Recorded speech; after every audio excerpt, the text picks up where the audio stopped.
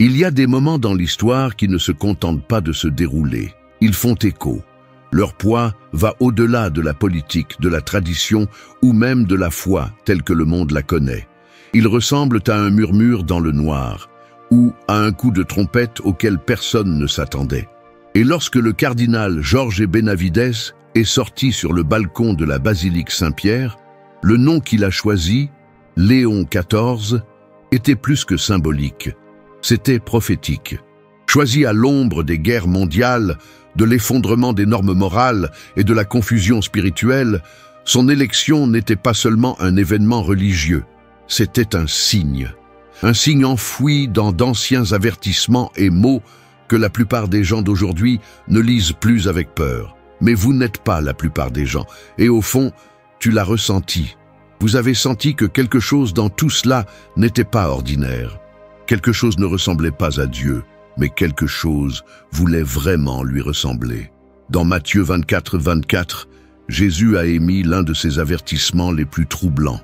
Car de faux Christ et de faux prophètes surgiront et feront de grands miracles et de grands prodiges, de sorte que si cela était possible, ils séduiraient même les élus. Pas les tièdes, pas les curieux, pas le croyant occasionnel, mais les élus. Ceux qui connaissent la parole, ceux qui vivent par la foi, ceux qui jeûnent, prient et discernent, même eux seront en danger. Et c'est ce qui rend cet instant si terrifiant. Car si Satan voulait lancer une de ses dernières stratégies, il ne le ferait pas par quelque chose d'évident. Il n'utiliserait pas le chaos, il utiliserait la crédibilité. Il n'enverrait pas quelqu'un de monstrueux, il enverrait quelqu'un de magnétique, respecté. J'ai adoré. Un artisan de la paix, un rassembleur, un homme qui se tient sur un terrain sacré, avec des robes anciennes et des paroles douces, mais dont l'âme est peut-être enveloppée dans autre chose. Il ne s'agit pas ici de complot, il s'agit de prophétie. Et si vous lisez attentivement Matthieu 24, vous verrez que Jésus n'a pas prononcé ces avertissements uniquement pour les disciples du premier siècle. Il désignait notre époque, une époque de guerres et de rumeurs de guerre, de peste et d'anarchie, de compromis religieux et de sommeil spirituel. Et au milieu de tout cela, une figure mondiale s'élèverait, celle qui viendrait au nom de Dieu et séduirait les fidèles. Maintenant, arrêtez-vous et réfléchissez. Que s'est-il passé ces dernières années? L'Église s'est fracturée, les scandales ont explosé, les valeurs traditionnelles ont été piétinées. Les chrétiens du monde entier sont réduits au silence, humiliés ou massacrés. Et juste au moment où le peuple avait désespérément besoin d'espoir, d'une voix qui pourrait diriger, Léon XIV a émergé. Mais et s'il était préparé pour ce moment, non pas par le ciel, mais par quelque chose de plus sombre? Et si les signes qui ont conduit à son élection n'étaient pas des alignements divins, mais des manipulations venues du royaume invisible? Parce que l'ennemi n'a pas besoin de détruire l'Église de l'extérieur, il lui suffit de pénétrer à l'intérieur. Si ce mot parlait à quelque chose de profond en vous, s'il vous rappelait une vérité que vous aviez oubliée, alors ne laissez pas ce moment en silence. Tapez « Amen » dans les commentaires comme acte d'accord. Que ce soit votre déclaration de foi, assez fort pour que le ciel l'entende et que l'enfer le craigne. C'est pourquoi Jésus a dit qu'ils accompliraient de grands signes et de grands prodiges. Pas moyen, pas petit, super. Et le mot grec utilisé ici pour signe est semeion, un indicateur surnaturel, quelque chose destiné à valider l'autorité divine. En d'autres termes, ils ressembleront à des miracles. Ils ressembleront à des réponses à une prière. Ils feront croire aux gens que ce doit être Dieu. Et c'est là que ça devient dangereux. Vous êtes arrivés jusqu'ici et vous savez que ce n'est pas juste un autre message. Si vous avez déjà eu l'impression d'être attaqué spirituellement, comme si vous aviez prié, mais que quelque chose bloquait la percée, comme si votre foi était forte mais que les chaînes ne se brisaient toujours pas, ce n'est pas votre imagination. C'est la guerre. Et il faut plus que de l'émotion pour gagner. Vous avez besoin de stratégie, discipline, un chemin clair vers l'autorité spirituelle auquel l'ennemi ne peut résister. Si vous avez déjà demandé « Qu'est-ce qui me manque ?», la réponse pourrait être à un clic. Le premier lien dans les commentaires mène à quelque chose conçu non seulement pour vous inspirer, mais pour vous équiper. Si ce message touche une corde sensible, ne l'ignorez pas. Cliquez sur le premier lien et commencez une nouvelle saison de pouvoir spirituel que l'ennemi espérait que vous ne trouveriez jamais. Parce que certains d'entre vous qui nous regardent ont prié pour un réveil. D'autres ont supplié Dieu d'apporter l'unité à l'Église. Et certains d'entre vous ont réclamé un chef spirituel qui pourrait ramener le caractère sacré perdu. Alors, quand quelqu'un se lève et parle d'amour, de paix et de guérison, votre cœur veut croire. Vous voulez espérer à nouveau. Vous voulez dire « Enfin Dieu a répondu ». Mais c'est exactement ce sur quoi Satan compte. Il n'a pas besoin de tromper les athées. Il doit tromper les passionnés, les fidèles, l'obéissant. Ceux qui font confiance aux prophéties, qui connaissent les Écritures, mais qui pourraient, dans leur épuisement et leur douleur, baisser leur garde un instant. Et ce moment est tout ce dont il a besoin. Pensez au nombre de personnes qui ont loué Jésus le dimanche des Rameaux et à la rapidité avec laquelle elles se sont tournées le vendredi. La tromperie ne s'accompagne pas toujours de cornes et d'obscurité. Parfois, il vient habillé en blanc. Parfois, cela s'accompagne de versets, de sermons, de prières et de bénédictions. Et c'est pourquoi nous ne devons pas mesurer la vérité par son apparence, sa popularité ou même sa position, mais par son alignement sur la parole de Dieu. Posez-vous la question, le message prêché correspond-il à l'évangile de repentance et de sainteté? Ou s'agit-il d'un nouvel évangile? Un évangile qui parle uniquement d'amour mais jamais de vérité, de miséricorde, mais jamais de jugement. Parce que si Léon XIV commence à unifier les croyances du monde sans appeler le monde à la repentance, s'il parle de fraternité tout en niant le péché, s'il prône la paix tout en ignorant la croix, alors les signes ont déjà commencé. Et ce n'est que le début. Maintenant, laissez-moi vous poser une question. Et si tout ce qui se passe en ce moment avait déjà été prédit? Pas dans les gros titres, mais dans des versets que vous avez négligés. Dans la partie suivante, nous allons découvrir les schémas cachés derrière l'élection de Léon XIV, les symboles spirituels dont peu parle et le seul verset qui pourrait contenir la clé pour comprendre pourquoi Jésus a dit « même les élus pourraient être trompés ». Parce que si vous pensez qu'il s'agit simplement d'un homme à Rome, vous n'avez pas vu ce qui s'en vient. Il y a quelque chose de troublant dans les schémas, surtout lorsqu'ils se répètent au fil des siècles et que personne ne semble le remarquer.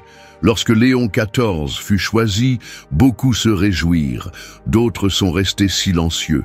Mais quelques-uns, seulement quelques-uns, l'ont ressenti. Pas de peur, pas d'excitation, mais une perturbation, une ondulation dans l'esprit, comme si quelque chose d'ancien venait d'être réactivé. La Bible nous dit dans Ecclésiaste 1, 9 que il n'y a rien de nouveau sous le soleil, que ce qui a été sera à nouveau. Cela inclut la tromperie, cela inclut la séduction spirituelle, et cela inclut les signes d'étranges alignements qui semblent divins, mais qui portent les empreintes digitales d'un autre royaume. Dans les jours qui ont précédé le conclave papal, des chuchotements se sont fait entendre. Chuchotements d'une météo inhabituelle, des morts subites, des phénomènes inexpliqués à Rome et à Jérusalem. Certains ont parlé de coïncidences, d'autres les appelaient des présages.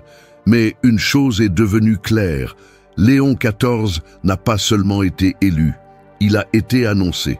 Considérez ceci, alors que les cardinaux se réunissaient à huis clos, la foudre a frappé la basilique Saint-Pierre. Pas une fois, mais deux. Les caméras l'ont capté, le monde a regardé. Cela a été qualifié de tempête anormale. Mais pour ceux qui comprennent le symbolisme spirituel, la foudre a toujours une signification plus grande.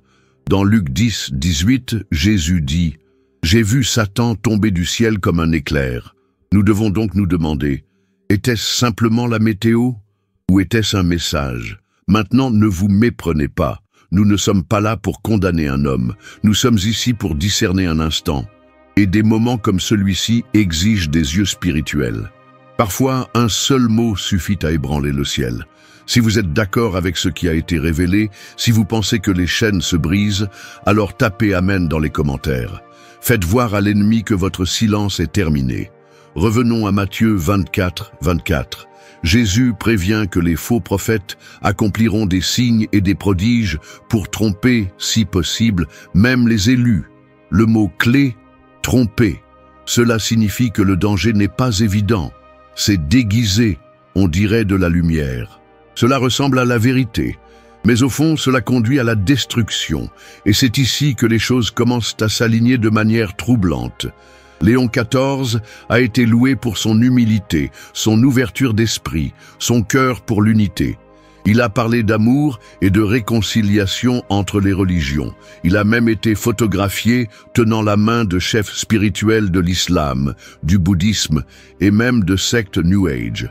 Le monde appelle cela le progrès. Les médias disent que c'est beau.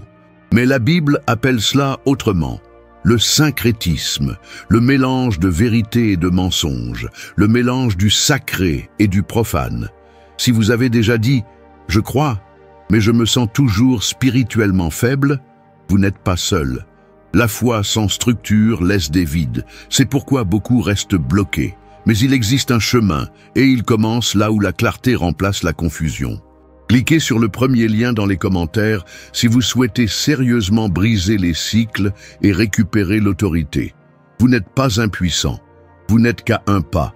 Dans Apocalypse 17, nous sommes avertis d'un système spirituel appelé la grande prostituée, une puissance religieuse qui siège sur de nombreuses eaux, enivre les nations et s'aligne sur les rois.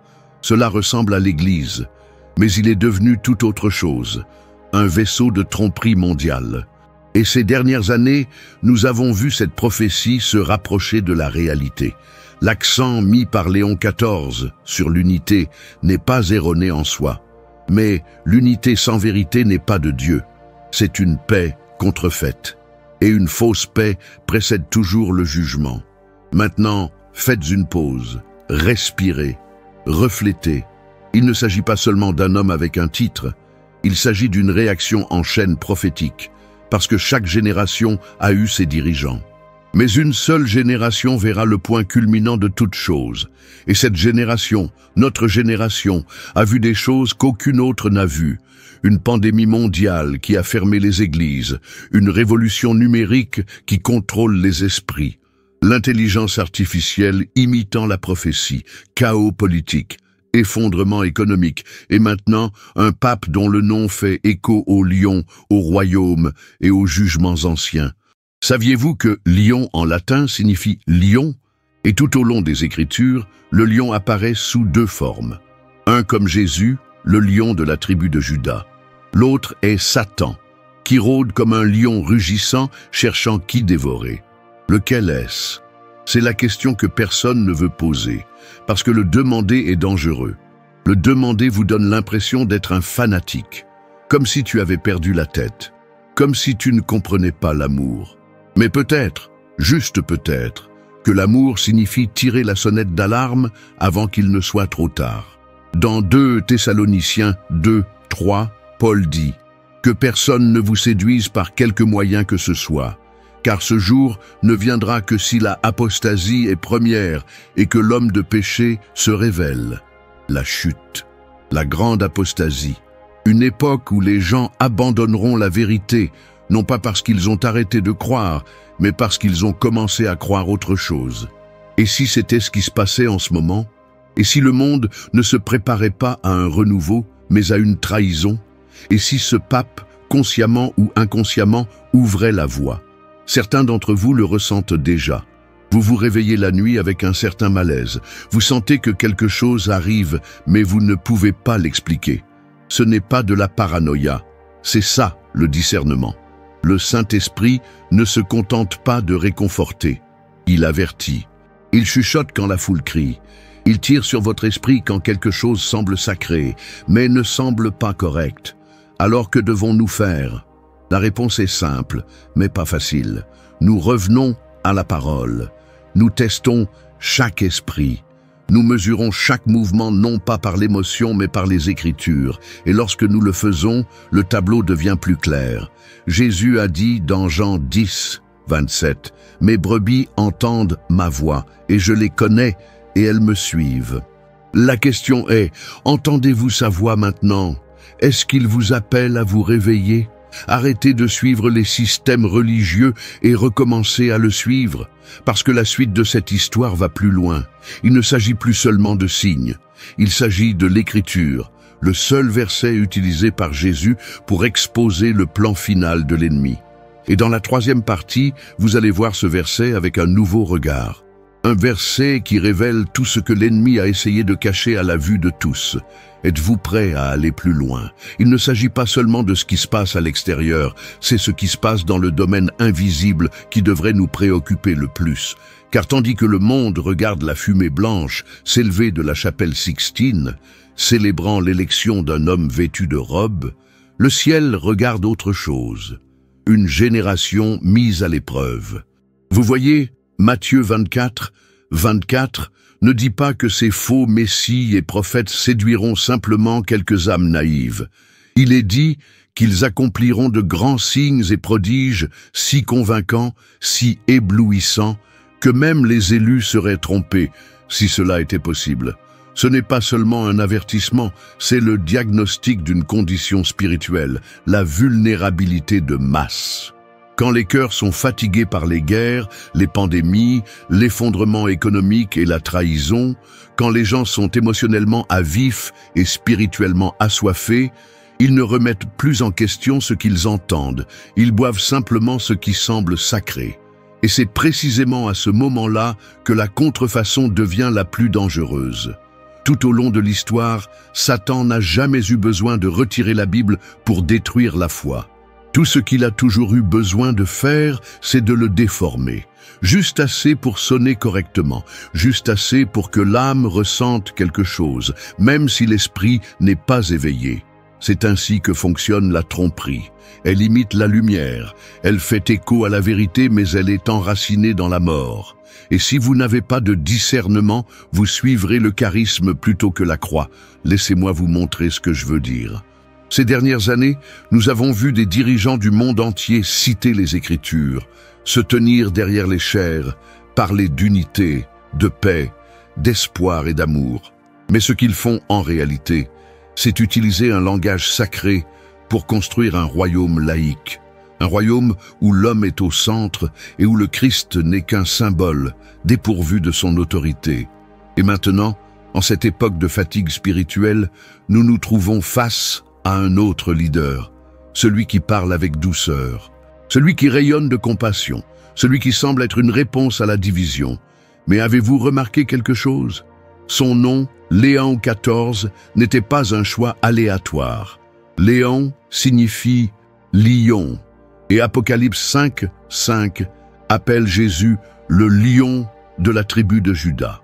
Ainsi, le poids symbolique d'un homme prenant ce nom n'est pas accidentel, c'est prophétique et potentiellement profondément trompeur. Parce que lorsqu'un homme assume un rôle mondialement vénéré, lorsqu'il porte un nom qui fait écho à l'autorité du Christ, et lorsque ses paroles sont mêlées d'écriture, mais que son cœur porte un autre agenda, nous assistons à l'accomplissement même de ce contre lequel Jésus nous a mis en garde dans Matthieu 24. Ce verset ne concerne pas seulement la fin des temps. Il s'agit de votre capacité à voir, parce que la tromperie ne ressemble pas à un monstre. Cela ressemble à de la miséricorde. Cela ressemble à quelqu'un qui dit ce que vous désirez entendre, quelqu'un qui offre de l'espoir, sans sainteté, quelqu'un qui parle de guérison, mais n'appelle jamais au repentir. C'est ce qui rend la séduction spirituelle si dangereuse. Vous vous sentez réconforté, mais vous ne réalisez pas que vous êtes conquis. Ne vous contentez pas de faire défiler. Si votre esprit a ressenti ce message, répondez avec foi. Commentez « Amen » ci-dessous et laissez-le résonner comme un cri d'abandon, de puissance, de confiance inébranlable dans la parole de Dieu. Vous n'êtes pas seul, et votre « Amen » pourrait aussi être la confirmation de quelqu'un d'autre. Et alors que cette nouvelle figure entre sur la scène mondiale, accomplissant des gestes d'humilité, embrassant ceux qui sont en marge et parlant d'un monde uni dans la paix, quelque chose de plus sombre remue sous la surface. Parce qu'il y a une différence entre la paix biblique et la tolérance politique. L'homme naît du sang du Christ, l'autre se construit par le compromis de la vérité. Et le vrai danger, de nombreux croyants ne le verront pas parce qu'ils ont arrêté de lire la Bible avec leur esprit. Ils ont commencé à traiter leur foi comme un sentiment et non comme un feu. Ainsi, quand quelqu'un se présente en citant Jésus, il le suit, même s'il le mène tout droit à la ruine spirituelle. Demandez-vous, à quand remonte la dernière fois que vous avez comparé ce que vous avez entendu à la parole de Dieu? Nous vivons à une époque où la forme la plus puissante de guerre spirituelle n'est pas la sorcellerie ou la violence, mais la séduction. C'est une déformation douce et convaincante de la vérité. Et le moment où vous perdez le discernement est le moment où vous échangez votre conviction contre le confort. Mais il n'est pas nécessaire qu'il en soit ainsi. Vous n'êtes pas né pour la confusion, vous êtes né pour la clarté, et la parole de Dieu est toujours votre arme. Matthieu 24, 24 n'est pas destiné à vous rendre paranoïaque, il est destiné à vous préparer. Parce que si les élus sont la cible, vous devez être armé comme jamais auparavant. Maintenant, laissez-moi vous poser une question. Et si les signes que nous observons actuellement, le changement mondial, l'unité religieuse, la célébration médiatique d'une figure ressemblant à un sauveur, et si tout cela faisait partie du dispositif? Et si Léon XIV n'était pas seulement choisi par les cardinaux, mais par des forces spirituelles positionnant le monde pour la tromperie finale? Nous n'avons pas encore fini. Car dans la prochaine partie, nous approfondirons les symboles et les actions entourant ce nouveau leader. Des actions qui peuvent sembler innocentes en surface, mais comparées aux Écritures, elles révèlent une intention beaucoup plus sombre. Continuez à regarder, car ce qui va suivre pourrait bouleverser tout ce que vous pensiez savoir sur l'époque dans laquelle nous vivons. Alors que le monde loue l'humilité, l'inclusion et la sagesse du nouveau pape, il y a quelque chose auquel la plupart des gens ne prêtent pas attention. Ce n'est pas ce qu'il dit en public, mais ce qu'il symbolise en silence. Chaque mouvement, chaque geste, chaque titre porte un poids spirituel. Et tandis que le monde voit une figure religieuse unir les religions, apporter la guérison aux divisions et faire preuve de gentillesse envers les marginalisés, l'œil perspicace voit une image différente, la convergence de la prophétie et du pouvoir. Parce que Satan ne veut pas seulement être adoré, il veut être pris pour Christ. C'est ainsi que la tromperie atteint sa forme la plus dangereuse. Et pourtant, c'est subtil. Léon XIV n'a pas besoin de renier ouvertement Jésus.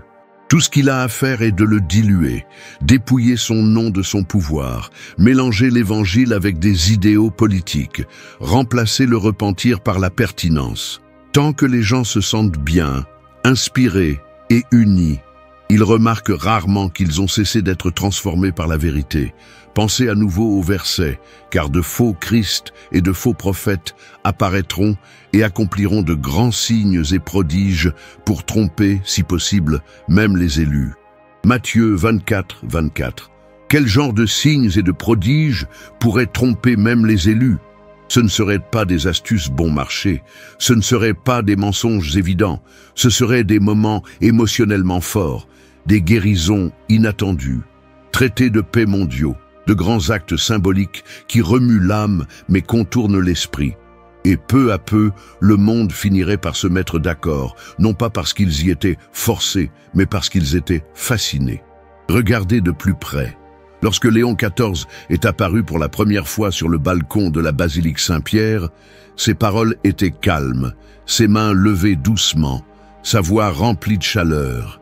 Mais juste sous la surface se trouvait autre chose.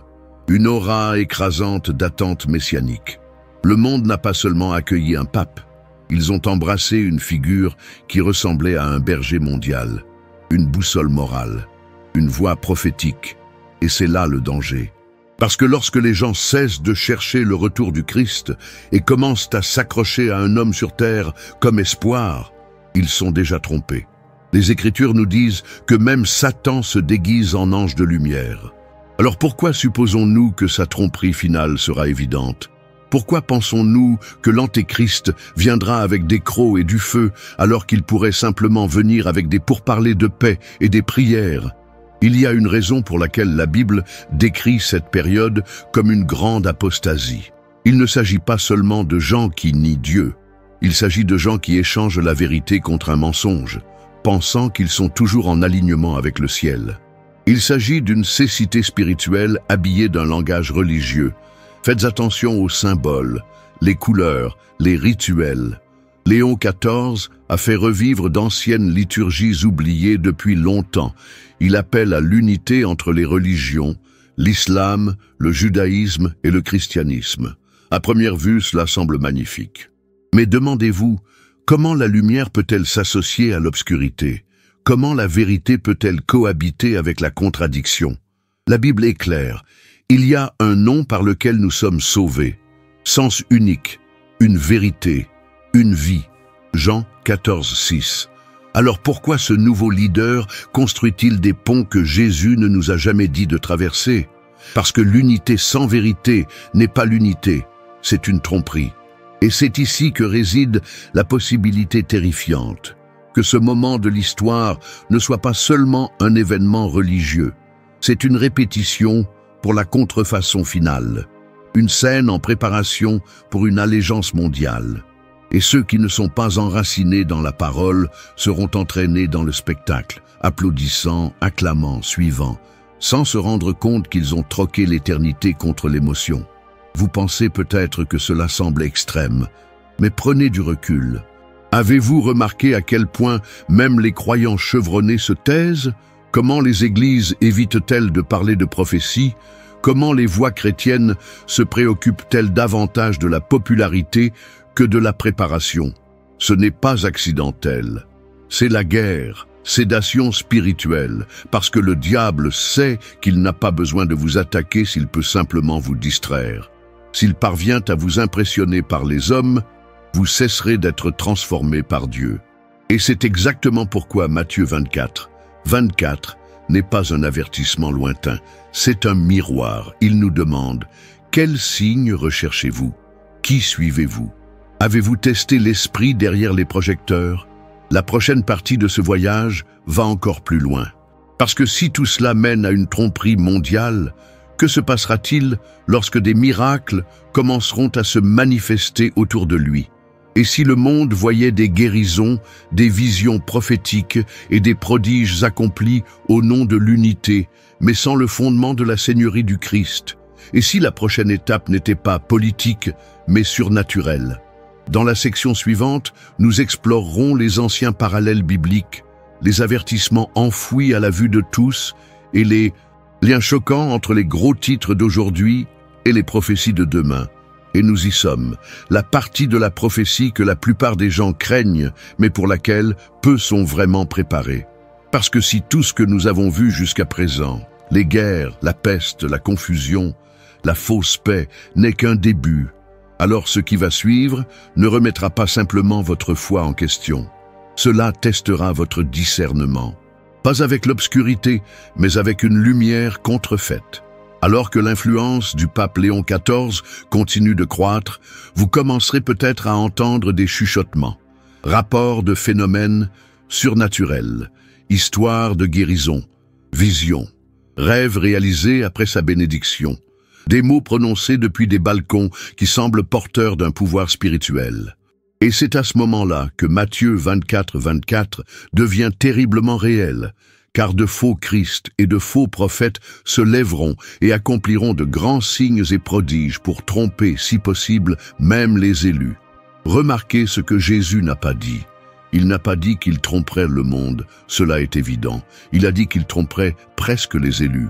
Cela signifie les gens qui lisent la Bible, les gens qui vont à l'église. Des gens qui pensent qu'ils sont trop mûrs spirituellement pour se laisser tromper. Mais laissez-moi vous demander, êtes-vous ancré dans la vérité ou êtes-vous simplement familier avec la tradition? Car ce qui s'en vient n'ébranlera pas ceux qui sont ancrés dans l'émotion. Cela les séduira, avec compassion, avec confort, avec des mots intelligents enveloppés de termes spirituels. Mais derrière ces signes, il n'y a pas de croix, aucun repentir, aucun appel à la sainteté. Aucune urgence de salut, seulement une légère dérive du chemin étroit. C'est ainsi que fonctionne la grande tromperie. Pas avec fracas, mais avec un doux murmure qui ressemble à la paix, mais conduit au compromis. Vous ne saurez pas que vous avez été trompé jusqu'à ce que la lumière en laquelle vous aviez confiance s'assombrisse.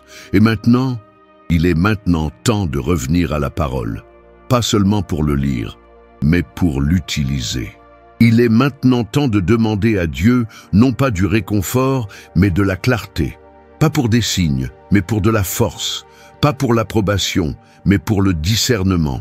Nous vivons à une époque où la prophétie n'est plus quelque chose à étudier, c'est quelque chose à survivre. Et la clé de cette survie ne se trouve pas dans un titre, une position ou un pape.